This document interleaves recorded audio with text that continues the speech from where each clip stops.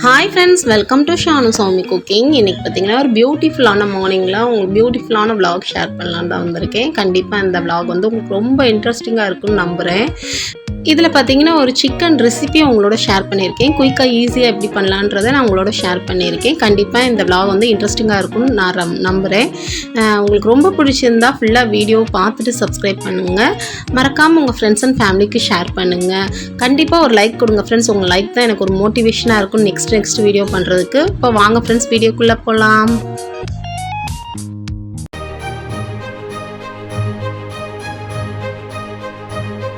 இன்றைக்கி மார்னிங் பார்த்தீங்கன்னா கொஞ்சம் லேட்டாக தான் நான் எழுந்திரிச்சேன். ஒரு 4:45 இருக்கும். அந்த டைமில் தான் எழுந்திரிச்சிட்டு நெக்ஸ்ட்டு வந்து கடகடன் வேலையை பார்த்துடலான்னு சொல்லிட்டு பண்ணிகிட்டு இருந்தேன். இன்றைக்கி வந்து ஈஸியாக செய்கிற குக்கிங்கிறதுனால நான் கொஞ்சம் கிச்சனை வந்து ஆர்கனைஸ் பண்ணிடலாம் அப்படின்ட்டு நேற்று வாங்கிட்டு வந்த மளிகை ஜாமான்லாம் எல்லாத்தையும் ஃபில் பண்ணிகிட்டு இருந்தேன் எல்லாத்துலேயும். ஸோ ஃபில் பண்ணி முடிச்சுட்டு தான் குக் பண்ண நான் ஸ்டார்ட் பண்ணேன்.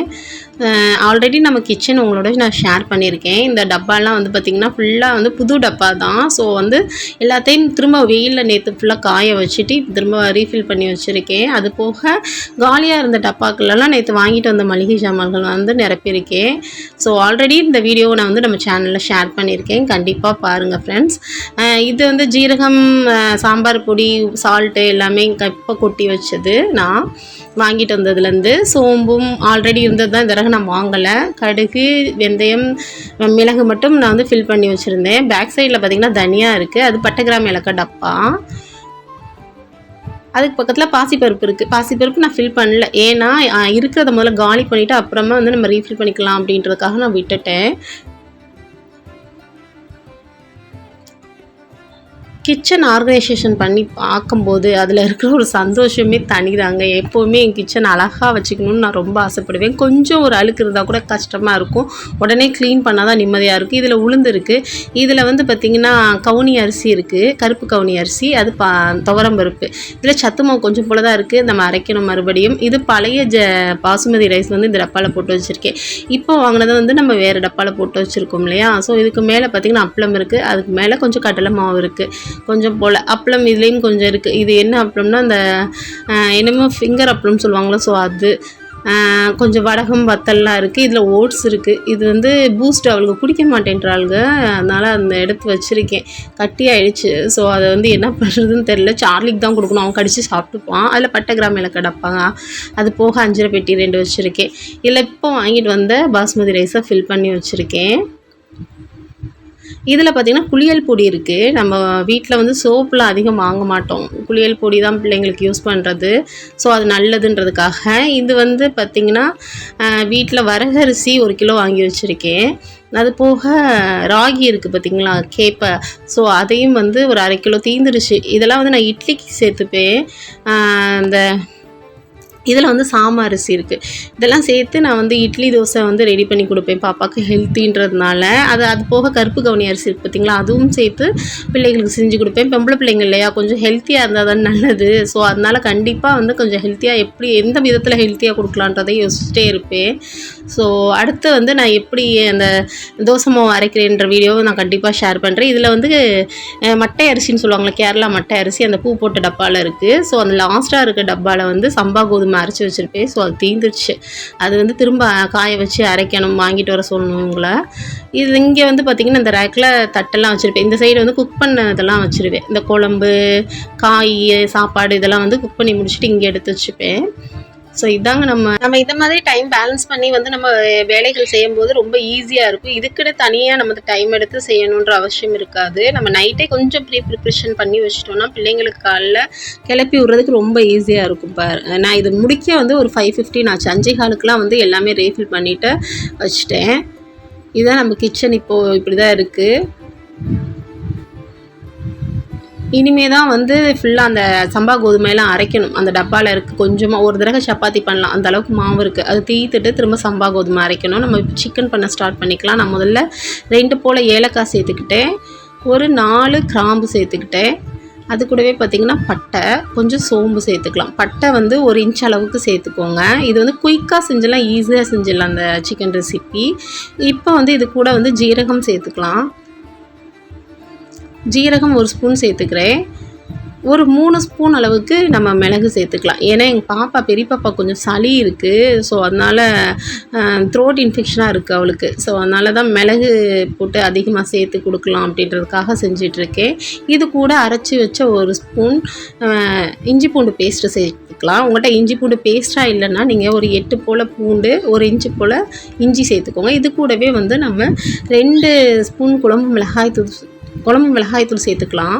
இப்போ இது கூட நம்ம ஒரு 1/4 ஸ்பூன் போல் மிளகாய்த்தூள் சேர்த்துக்கலாம். எதுக்குன்னா இது கலருக்காகத்தான். மிளகு அதிகமாக போட்டிருக்கிறதுனால நம்ம மிளகாய்த்தூள் அதிகமாக சேர்க்க தேவையில்லை. கூடவே ஒரு 2 போல் தக்காளி கட் பண்ணி சேர்த்துக்கலாம். இதை வந்து இப்போ நல்லா நைஸாக அரைச்சிட்டு வந்துடலாம். இப்போ அரைச்சாச்சு பாருங்கள், நல்லா நைஸாக அரைச்சாச்சு. இப்போ இது கூட ஒரு டேபிள் ஸ்பூன் அளவுக்கு நம்ம தயிர் சேர்த்துக்கலாம். இதில் சேர்த்து மறுபடியும் ஒரு சுற்றி எடுத்துக்கலாம் மிக்சியில். அவ்வளோதான், ரெடி ஆகிடுச்சு நம்ம மசாலா. அடுத்து பார்த்திங்கன்னா நம்ம இப்போ கடாயில் ஆயில் சூடு பண்ணிவிட்டு கொஞ்சம் போல் ஒரு 1/4 ஸ்பூன் போல் சோம்பு சேர்த்துக்கலாம். பட்டை கிராம் இதெல்லாம் சேர்க்கணுன்னு தேவை இருக்காது, ஏன்னா நம்ம போட்டு அரைச்சிட்டோம் இல்லையா. ஸோ அதனால் இப்போ கட் பண்ணி வச்சுருக்க 2 மீடியம் சைஸ் வெங்காயத்தை இதில் சேர்த்துக்கலாம். சேர்த்துட்டு நல்லா பொன்னிறம் வர அளவுக்கு நம்ம நல்லா வதக்கிக்கலாம். இந்த ரெசிபி வந்து கண்டிப்பாக வந்து சப்பாத்தி, தோசை, இட்லி, சாப்பாடு எல்லாத்தோடையும் செம்ம காம்பினேஷனாக சூப்பராக இருக்கும். இது கூடவே 2 கொத்து கருவேப்பிலை சேர்த்துக்கலாம். சேர்த்துட்டு நல்லா வதக்கி விட்டுக்கலாம். கொஞ்சம் உப்பு சேர்த்து வதக்கணுன்னா கொஞ்சம் குயிக்காக வந்து நமக்கு வதங்கி வந்துடும். இது இரும்பு சட்டின்றதுனால நல்லாவே வேகமாகவே நமக்கு வதங்கிடும். ஸோ இப்போ இந்த அளவுக்கு வதங்கிடுச்சு. ஓரளவுக்கு கலர் சேஞ்ச் ஆகி வரும்போது நம்ம அரைச்சி வச்சுருக்கோம் இல்லையா மசாலா, அதை இதில் சேர்த்துக்கலாம். சேர்த்துட்டு நல்லா பச்சை வாடை போகிற அளவுக்கு நல்லா வதக்கி விட்டுக்கலாம். நல்லா பச்சை வடை போய் நமக்கு வந்து எண்ணெய் பிரிஞ்சு வரணும். அந்த ஸ்டேஜில் தான் நம்ம நெக்ஸ்ட்டு சேர்க்க வேண்டிய பொருட்களை சேர்க்கணும். இப்போ பாருங்கள், நல்லா எண்ணெய் பிரிஞ்சு வர ஸ்டார்ட் ஆகிடுச்சு. இப்போ நல்லா மறுபடியும் நல்லா ஒரு 2 வதக்கிக்கலாம்.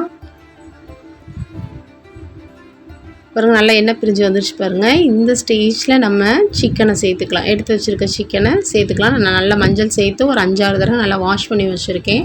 அந்த சிக்கனை இதில் சேர்த்துக்கலாம். சேர்த்துட்டு நல்லா அந்த மசாலா எல்லா சிக்கன்லேயும் அப்ளை ஆகிற அளவுக்கு நம்ம நல்லா வதக்கி விட்டுக்கலாம்.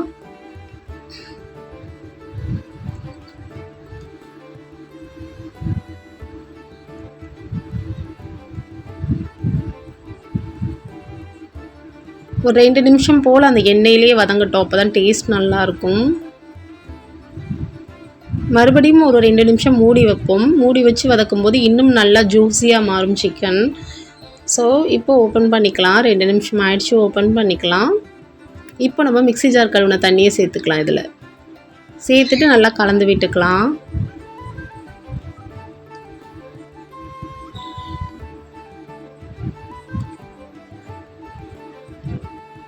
மேலேயே பார்த்திங்கன்னா கொஞ்சமாக கொத்தமல்லி தூவி விட்டுக்கிறேன். பாருங்கள், சிக்கன் வந்து மேக்ஸிமம் நமக்கு ரெடி ஆகிடுச்சு. எனக்கு இன்னும் கொஞ்சம் தண்ணி வற்றி வரணும். ஏன்னா நான் ரசத்தோடு சாப்பிட்றதுக்காக தான் அதை செஞ்சுருந்தேன், கூட்டு மாதிரி. ஸோ இன்னும் கொஞ்சம் தண்ணி வற்றி வந்தால் நல்லா இருக்குன்றதுக்காக நான் மறுபடியும் ஒரு 5 நிமிஷம் மூடி வைக்க போகிறேன். ஓப்பன் பண்ணிக்கலாம். நல்லாவே தண்ணி வற்றிருச்சு பாருங்கள். இந்த அளவுக்கு இருந்தால் இன்னும் நம்ம ஆஃப் பண்ணோன்னா இன்னும் கொஞ்சம் வற்றும் தண்ணி. ஸோ அப்போ நம்ம ரசம் சாதத்தோடு தொட்டு சாப்பிட செம்மையாக காம்பினேஷனாக சூப்பராக இருக்கும்.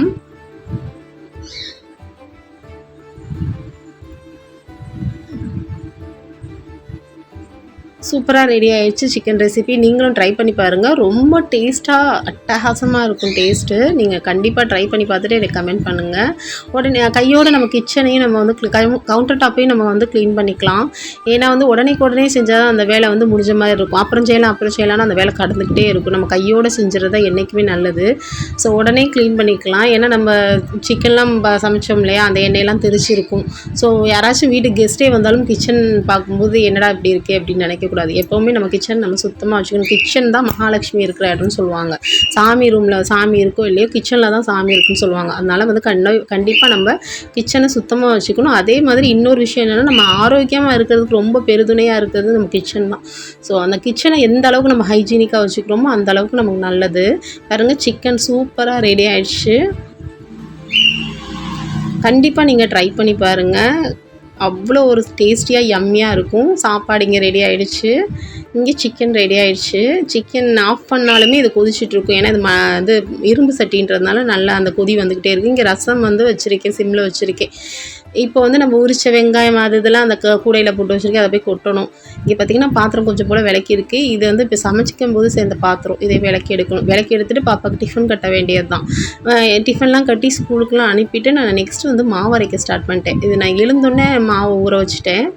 ஸோ இப்போ வந்து நான் 9:30 இருக்கும் டைமு. ஸோ வந்து மாவு அரைச்சி எடுத்துக்கலாம் அப்படின்றதுக்காக மாவையும் உளுந்து ஃபஸ்ட்டு சேர்த்துக்கிட்டேன். ஒரு கையில் ஃபோனு, ஒரு கையில் மாவு அரைக்கிறதுக்கு எல்லாம் செஞ்சிட்ருக்கிறதுனால வீடியோ கொஞ்சம் ஷேக் ஆகுது. அட்ஜஸ்ட் பண்ணிக்கோங்க ஃப்ரெண்ட்ஸ். கண்டிப்பாக இந்த வீடியோ உங்களுக்கு பிடிக்கும்னு நினைக்கிறேன். மறக்காமல் ஃபுல்லாக பார்த்துட்டு சப்ஸ்கிரைப் பண்ணுங்கள். கண்டிப்பாக லைக் பண்ணுங்கள். உங்கள் லைக் தான் எனக்கு ஒரு மோட்டிவேஷனாக இருக்கும். உங்களுக்கு ரொம்ப பிடிச்சிருந்தா உங்கள் ஃப்ரெண்ட்ஸ் அண்ட் ஃபேமிலிக்கு ஷேர் பண்ணுங்கள். கண்டிப்பாக ஷேர் பண்ணுவீங்க, லைக் பண்ணுவீங்கன்னு நம்புகிறேன். இவ்வளோ நேரம் வீடியோ பொறுமையாக பார்த்ததுக்கு ரொம்ப தேங்க்ஸ் ஃபார் வாட்சிங் ஃப்ரெண்ட்ஸ்.